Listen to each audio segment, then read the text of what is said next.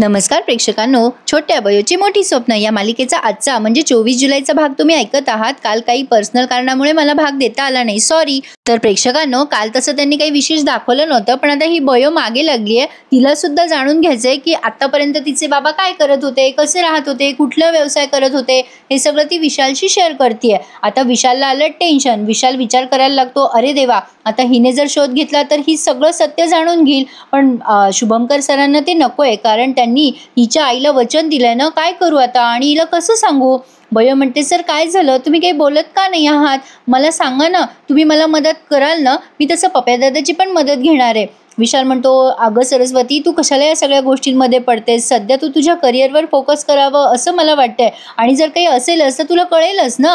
आता बयो त्याला तुर्तास हो तर म्हणते, पण तिच्या मनातनं काही तेच जाईना। आता हा रमाकांत फेरफटका मारायला बाहेर आलाय आणि त्याला शुभंकर दिसलेत पोलिसांसोबत। आता याला जरा उत्सुकता वाटतेय, काय असेल, कशाला आला असेल शुभूदादा पोलिसांसोबत वगैरे वगैरे। आता ते पोलीस शुभंकरांना भेटलेत आणि ते म्हणतात, चला सर, आपल्याला जायचंय ना आता। तर आता शुभंकर आहेत ना प्रेक्षकांनो, ते या पोलिसांना त्या माणसाकडे घेऊन जात आहेत ज्याने सुनीलबद्दल माहिती दिली ना, त्याने दरोडा टाकला होता वगैरे वगैरे। पण आता रमाकांत मनात विचार करतोय की वहिनींना हे सगळं सांगायला हवं, आणि तो गौतमीला कॉल लावतो। गौतमी म्हणते, काय भाऊजी बोला। रमाकांत म्हणतो, अहो वहिनींनो, मी शुभू दादाला आता पोलिसांसोबत बघितलंय, तो कुठेतरी चाललाय पोलिसांना घेऊन। गौतमी म्हणते, बापरे, अहो मग तुम्ही जा ना, त्यांचा पाठलाग करा, तुम्ही नुसते बघताय काय? रमाकांत म्हणतो, अहो वहिनी काहीतरीच काय, अहो मी फसलो बिसलो तर, आणि मला पकडलं त्यांनी तर नाही बाबा, मी नाही जाणार त्यांच्या मागे। गौतमी म्हणते, भाऊजी तुम्हाला जावंच लागेल, तो शुभू काय करतोय ना आपल्याला जाणून घ्यावं लागेल, नाहीतर आपण अडकू या सगळ्यामध्ये, कळतंय का तुम्हाला? रमाकांत म्हणतो, अहो वहिनी आता काय, बरं ठीक आहे जातो मी, असं म्हणून तो जरा वैतागून निघालाय मागे। पण रमाकांतचा फायदा झालाय बरं का प्रेक्षकांनो, शुभंकरचा पाठलाग केलाय म्हणून। आता सुमन बघते, स्वयंपाकघरामध्ये तिला खुडबुड ऐकू येत असतं।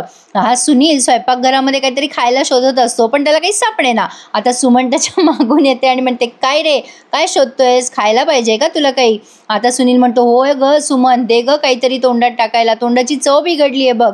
आता सुमन कशी आपल्याला माहितीच आहे, सुमन त्याला म्हणते, खायला पाहिजे का तुला, थांब मी देते तुला। आता सुमन त्याला काहीतरी देते, मटकी का फरसाण समथिंग काहीतरी, आणि त्याच्यामध्ये वरून बरंच मीठ घालून देते। आता हा सुनील ते खायला लागतो तेव्हा त्याला खूप खारट लागतं, आणि सुनील आता चिडतो सुमनवर, हे काय दिलंस मला? सुमन आधी तर त्याला हसते, पण म्हणते, या मिठासारखंच तू केलंयस ना आमच्या घरामध्ये, आमच्या संसारात आलायस, आमच्या घरात आलायस आणि मीठ कालवलंयस, विष कालवलंयस आमच्या घरात, आता तुला मीठ खायला काय हरकत आहे ग? या सुनीलने तिच्यावर हात पण उगारलेला असतो प्रेक्षकांनो, पण सुमनने त्याला अगदी चोख उत्तर देऊन गप्प बसवलं। सुमन त्याला असंही म्हणते पुढे, आता जास्ती दिवस राहिलेले नाहीये तुझे या घरामध्ये, आता तुझ्या पापांचा घडा भरलाय, त्यामुळे तुझे दिवस मोजणं सुरू कर। सुनीलला आला आता टेन्शन, काय करावं, खरंच काही असेल काय? सुनील हसतो आणि म्हणतो, हे काय अचानक, तुझ्या मनात शुभंकरने भरवलंय का हे सगळं? सुमन म्हणते, तुला काय समजायचं ते समज, तुझी कपटी कारस्थानं बंद कर आता, पण तुझे या घरातले दिवस संपलेत हे लक्षात ठेव। तर आता इकडे हा रमाकांत पाठलाग करत करत पोहोचलाय शुभंकरच्या मागे। कमाले नाही, पायी त्याने गाडीचा पाठलाग केलाय। असो, तर रमाकांतची गाडी दाखवायचं विसरले ते मे बी। तर आता रमाकांत आलाय तिथे शुभंकरांच्या मागे। शुभंकर पोहोचलेत हॉस्पिटलमध्ये। आता तो माणूस घाबरतो आणि म्हणतो, हे काय आहे? आता तो पळून जायचा प्रयत्न करतो, कारण पोलीस आणलेत ना शुभंकरांनी सोबत। शुभंकर म्हणतात, हे बघ, घाबरू नकोस, तू मला जी काही माहिती दिली आहेस ना त्या सुनील बहुलेबद्दल, ती फक्त तुला पोलिसांना सांगायची आहे। रमाकांत विचार करतोय, हे इथे दवाखान्यात का आले असतील? शुभंकर आता त्या सुनीलच्या त्या मित्राला सांगत असतात की सांग, जे काही तुला माहिती आहे ते यांना सांग। रमाकांत आता आलाय बरं का त्या खोलीजवळ, आणि रमाकांतने याचं बोलणं सगळं रेकॉर्ड केलंय। तो माणूस आता सुनीलबद्दल माहिती सांगतोय की हो, मी त्याच्यासोबत होतो, पण तो खूपच कट्टर माणूस आहे, खूप मोठा चोर आहे तो, आणि शातीर पण आहे। आता रमाकांतने याचं सगळं बोलणं रेकॉर्ड केलंय, आणि रमाकांतला समजलंय प्रेक्षकांनो की आता हा माणूस सुनीलच्या विरुद्ध साक्ष देणार आहे। पोलीस म्हणतात, बरंच झालं, याची साक्ष खूप महत्त्वाची ठरेल। पोलिसांनी त्याचं बोलणं पण रेकॉर्ड केलंय। पोलीस म्हणतात, आम्हाला पुढे सुद्धा तू मदत करशील ना, आम्हाला माहिती लागेल तुझ्याकडनं। तो माणूस म्हणतो, हो साहेब, मी तुम्हाला पाहिजे ती मदत करायला तयार आहे।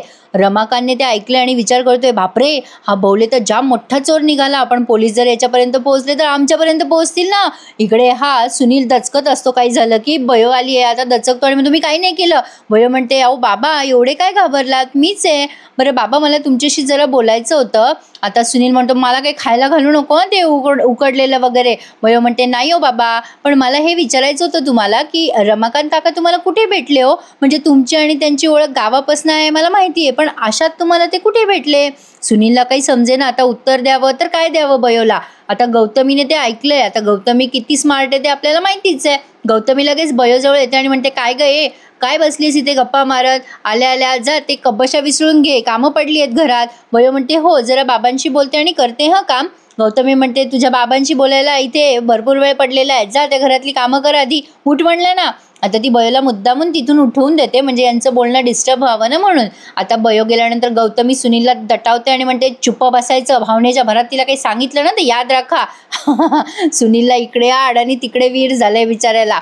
असो, पण आता गौतमीने त्याला चांगलाच धमकवलंय की काही गपचूप बसा, काही बोलू नका त्या बयोला वगैरे वगैरे.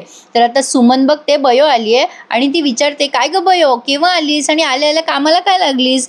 आता बयो सुमनला डायरेक्टच विचारते अगं आत्या मला सांग ना, अगं म्हणजे तुला काही कळलं का? मी तुला काल सांगितलं होतं ना की रमाकांत काका आणि इराच्या आईवर लक्ष दे. ते दोघे जण पुन्हा खोलीत गेले का आज बाबाच्या? काही बोलत होते का ते?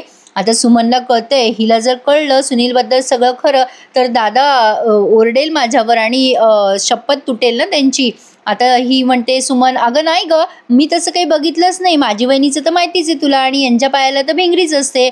बयो म्हणते आत्या का कोण जाणे, पण मला ना सगळं सत्य जाणून घ्यावंसं वाटतंय. बाबा आधी काय करत होते, कुठे काम करत होते आणि असे अचानक ते कसे काय आले, मला सगळं जाणून घ्यावंसं वाटतंय ग. आणि असं वाटतंय की डॉक्टर बाबा पण काहीतरी लपवत आहे, पण नेमकं काय ते कळत नाहीये. आता सुमनला पण टेन्शन आलंय, पण सुमन तिला म्हणते अगं असं काही नाहीये, उगाचच तुझ्या मनात काहीतरी विचार येत आहे. आता गौतमी मात्र तकतक करत असते रमाकांत कशामुळे आला नाही, का उशीर झालाय त्याला, नेमकं शुभू पोलिसांना घेऊन कुठे गेला असेल, असे असंख्य विचार तिच्या मनात घोळतात.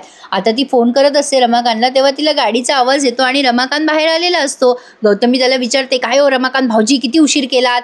आता रमाकांत म्हणतो वहिनी नू काय सांगू तुम्हाला, गोष्टच तशी आहे, तो बौले कुठे गेलाय? गौतमी म्हणते असेल त्याच्या खोलीमध्ये. रमाकांत डायरेक्ट आता सुनीलच्या खोलीत आलाय, म्हणजे त्याच्याच खोलीत आलाय. सुनील आता पुन्हा दचकतो आणि म्हणतो मी काही नाही केलं, मी काही नाही केलं. रमाकांत म्हणतो ए नाटकं नको करू, तू काय केलंयस ना ते कळलंय मला सगळं. सुनील म्हणतो ए बाबा काय बोलतोय, चल मी तुला सांगितलं होतं ना दारू वडायला, ती आण. रमाकांत म्हणतो ही वेळ आहे का रे दारू प्यायची, तुला काही कळतंय का तू काय करून ठेवलेस ते? गौतमी म्हणते काय झालंय रमाकांत भाऊजी जरा स्पष्ट बोलताल का? रमाकांत म्हणतो अहो वहिनी नू याने जाम मोठा लोचा करून ठेवलाय. गौतमी म्हणते अहो काय झालं ते तर सांगा. तर रमाकांत आधी दरवाजा लावून घेतो आणि मग तो व्हिडिओ दाखवतो गौतमीला आणि सुनीलला सुद्धा. गौतमीला आता कळलंय की काहीतरी भानगड आहे, या सुनीलने मोठी भानगड करून ठेवली आहे. तर रमाकांत आता त्याला जाब विचारायला जातो तेव्हा सुनील स्वतःच नाटकं करायला लागतो. अरे बापरे शुभंकरला कळलं सगळं, आता माझं काही खरं नाही असं म्हणून तो बेशुद्ध पडतो. आणि आता हे दोघे जण घाबरतात, त्याला उठवायला लागतात. आता ही गौतमी म्हणते हा नाटकं करतोय का? रमाकांत म्हणतो अहो वहिनी नू चला आपण इथून निघून जाऊया. गौतमी म्हणते भाऊजी डोक्यावर पडलात का, त्याला उठवा आधी. आता तो रमाकांत उठवत असतो सुनीलला, पण तो काही उठे ना. आणि नेमकी बयो तिकडनं बाबा बाबा करत आली आहे. काय दाखवतील सस्पेन्स, त्याचा काही भरोसा नाहीये, पण छान दाखवत आहे सध्या मालिका. आता गौतमी घाबरते आणि म्हणते बापरे हिला आत्ताच कडमडायचं होतं का? अहो रमाकांत भाऊजी त्याला उठवा. रमाकांत म्हणतो वहिनी ऐका माझं, आपण इथून निघून जाऊ आणि कोणी काही विचारलं तर सांगू. अरे बाबा आम्हाला काही माहितीच नाहीये कधी झालं कसं झालं, चला चला वहिनी आपण निघून जाऊ इथून. गौतमी म्हणते अहो असं नाही करता येणार आपल्याला, थांबा जरा. बयो आता खोलीजवळ आली आणि दरवाजा वाजवतीये, बाबा दार उघडा. आणि प्रेक्षकांनो रमाकांत दार उघडतो आणि हा भाग त्यांनी इथेच पूर्ण केलाय. काल पण त्यांनी असं काही वेगळं दाखवलं नव्हतं, फक्त बयो आता तिच्या वडिलांचं सत्य स्वतःहून शोधते हे आपल्याला बघायला मिळणार आहे. तर दार उघडल्यानंतर बयोला तिचे बाबा असे खाली पडलेले दिसतात आणि ती त्यांच्याकडे बघतच राहते. पण आता प्रेक्षकांनो पुढच्या भागात तुम्ही बघणार आहात सुनील आता धडधड धडधड पळायला लागतो बाहेर डायरेक्ट सगळ्यांना लोटून बिटून, आणि आता एकदम शुभंकरलाच येऊन टक्कर देतो गेट जवळ. आणि आता बयो पण तिथे आली आहे, शुभंकर त्याला रोखतात आणि आता सगळ्यांनाच प्रश्न पडलाय की हा असा का पळून चाललाय. आणि आता या सुनीलचं सत्य बयो समोर आल्याशिवाय राहणार नाहीये. काय वाटतं तुम्हाला, कमेंट करून कळवा आणि आजचा भाग कसा वाटला सांगा. आणि प्रेक्षकांनो रिव्ह्यू ऐकता ऐकता लाईकचं बटनही दाबून देत जा हो, म्हणजे मलाही थोडं बरं वाटतं तुम्ही माझा रिव्ह्यू लाईक केला. आणि हो नवीन मालिकेचा सुद्धा भाग ऐकायला विसरू नका आपल्या चॅनलवर, त्यासाठी आत्ताच चॅनल सबस्क्राईब करा. धन्यवाद.